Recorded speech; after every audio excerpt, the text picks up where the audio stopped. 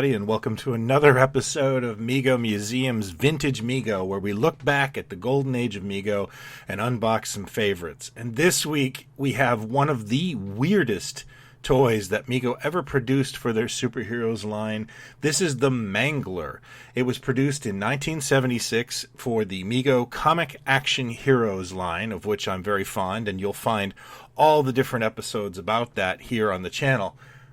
Now, I did do a minor short about the Mangler about 6 years ago on my YouTube channel. You can find it, but I felt like I had to do a Vintage Mego on this subject just to complete the trilogy or quadrilogy of the 1976 Comic Action Hero playsets and accessories.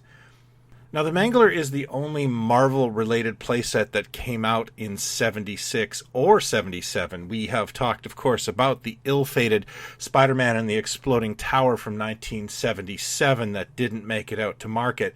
We did recently discover the Neal Adams artwork for that, and it is on the front page of the Mego Museum. I suggest you check it out. It is amazing what we missed out on. Of the 4 Comic Action Hero sets that were produced in 1976, this is the only one that has absolutely no reference to a comic or the television series. You know, in the Batman set, you got the Batmobile. In the Wonder Woman set, you got the Invisible Jet. And in the Fortress of Solitude set, you got the Hall of Justice. The Mangler is just this weird idea that was obviously cooked up at Mego R&D. It looks something like a Zamboni, and I've mentioned that before, or a street cleaner, and it is kind of obtusely described on its box by Mego as the Mangler is an ideal accessory for creating many adventures with the comic action team. Thanks.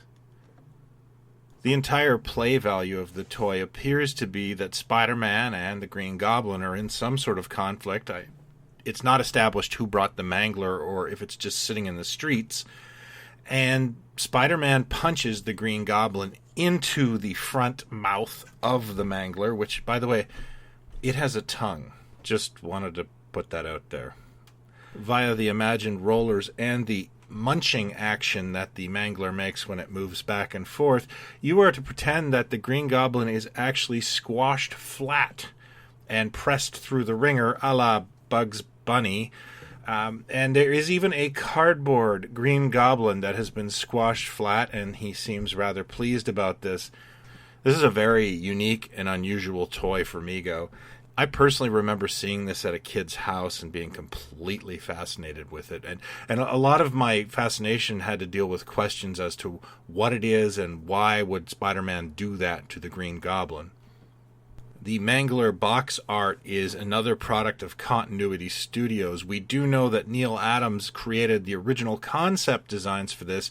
However, it has been postulated to me that Spider-Man artist Ross Andrew may have done the artwork. I am not a comic book expert. Maybe you guys could weigh in and tell me what you think. It sold for about $5 when it came out. So it was slightly cheaper than the deluxe Comic Action Hero sets, which sold for about $10. I think what we have here is a mid-priced item. The Mangler in the secondary market is actually quite difficult to find complete and highly desirable due to its connection to Spider-Man and Mego, of course. It is one of my absolute favorite items. Mego would offer the Mangler in the 1976 and 1977 assortments of Comic Action Heroes. Then they would replace it in 1978 with the Spider Car and 3 figures, something that they would produce in different formats until their closure in 1983. The Mangler was sold in the US and, of course, in Canada by Grand Toys, the Grand Toys box being a very rare item to find, one I would certainly love to connect with. It was not sold in the UK by Denny Fisher, to my knowledge. If you do have a box Denny Fisher Mangler, I would very much like to see it. That is our comprehensive look at the Mangler from Mego Corporation. I'd love to know your thoughts on this item. Did you have it as a kid? Did it confuse you like it did me? Let me know in the comments below, or hit me up at our Facebook group, Mego Mania, or on the forums at megomuseum.com, where we're always talking Mego 247. Thank you again for watching. If you're new to this, I hope you will consider hitting like and subscribe. I do this every week. Until next time, Have fun, take care, and talk toys, not people. Be well.